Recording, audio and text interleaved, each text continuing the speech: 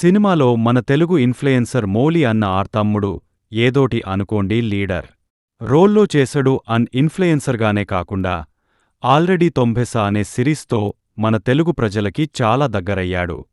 మరి మౌలికి first Telugu theatrical ఫిలింతో సక్సీడ్ అయ్యాడో లేదో అనేది రిమైనింగ్ పార్ట్ ఆఫ్ ద ఫిలినో. కమింగ్ టు ద పాజిటివ్స్, ఈ సినిమా మెయిన్ లీడ్స్తో మొదలుకొని అదర్ క్యాస్ట్ లైక్ హీరో వాళ్ల అమ్మనాన్న, హీరోయిన్ వాళ్ల అమ్మనాన్న, hero friends, heroine friend, hero వాళ్ల తమ్ముడు, హీరోయిన్ వాళ్ల చెల్లి, ఇలా క్యాస్ట్ అంతా పర్ఫెక్ట్గా సెట్ అయ్యారు.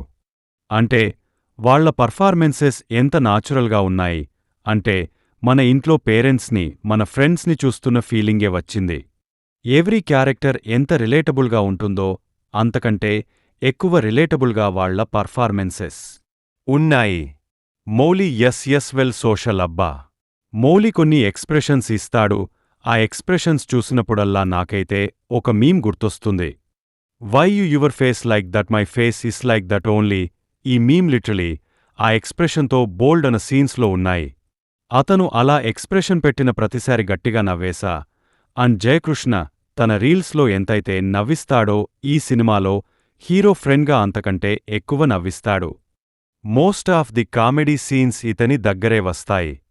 రాజీ కనకల హీరో ఫాదర్గా అండ్ కంచిగారు హీరోయి. ఫాదర్ అంటే గుర్తొచ్చింది. సెకండ్ హాఫ్లో హీరోయిన్ ఫాదర్ రిలేటెడ్గా ఒక ట్రాక్ వస్తది. హిల్లీస్ ఎపిసోడ్ అబ్బా, థియేటర్ అంతా నవ్వులతో నిండిపోయింది. కడుపు నవ్వుకున్న ఈ సినిమాకి ఇంకొక major plus point comedy. Cinema అంతా రిలేటబుల్ స్టోరీనే కాబట్టి స్టోరీతో కూర్చోబెట్టే ఛాన్స్ లేదు.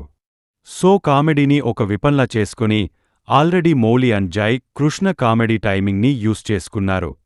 వాళ్ల ఆఫ్ స్క్రీన్లో ఆల్రెడీ రీల్స్లో చేస్తున్న కామెడీని వాళ్ల ఎక్స్ప్రెషన్స్కి వన్లైనర్స్ పంజెస్ పర్ఫెక్ట్గా మ్యాచ్ అయ్యేలా రాసుకున్నారు డైరెక్టర్ సాయి మార్తం. నాకు బాగా నచ్చిన కామెడీ సీన్ ఏంటంటే పెన్నింగ్ scene and birthday wishes video scene. నవ్వు బాగలేదు. స్టోరీ అంతా 2015లో జరుగుతుంది. అప్పట్లో ఫేస్బుక్లో వచ్చే ఆటిట్యూడ్ నిబ్బ పోస్ట్లు ఇలా మనకి గుర్తొచ్చి నవ్వుకునే ఎన్నో సీన్స్ ఈ సినిమాలో ఉన్నాయి.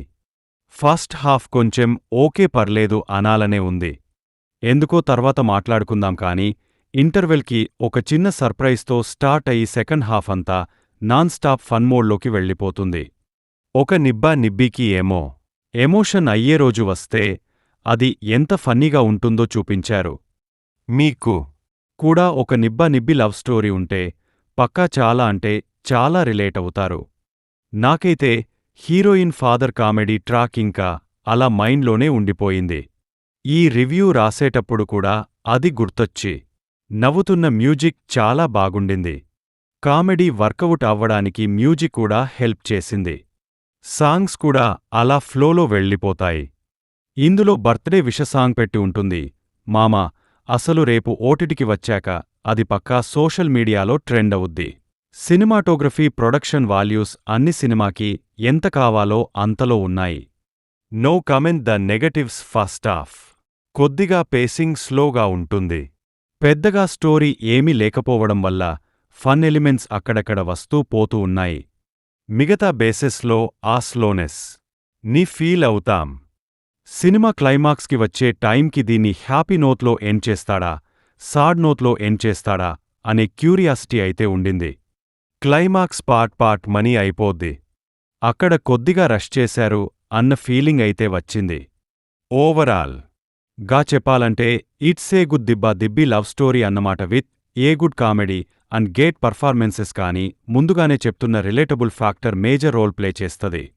రిలేటబిలిటీ ఫ్యాక్టర్ అంటే ఏం లేదు మామ, ఒకవేళ మనం కూడా అలాంటి సీన్స్ మన రియల్ లైఫ్లో ఎక్స్పీరియన్స్ చేసి ఉంటే లేదా ఫ్రెండ్స్ సర్కిల్లో జరిగి ఉంటే ఆ ఎంజాయ్మెంట్ వేరు ఉంటదన్నమాట.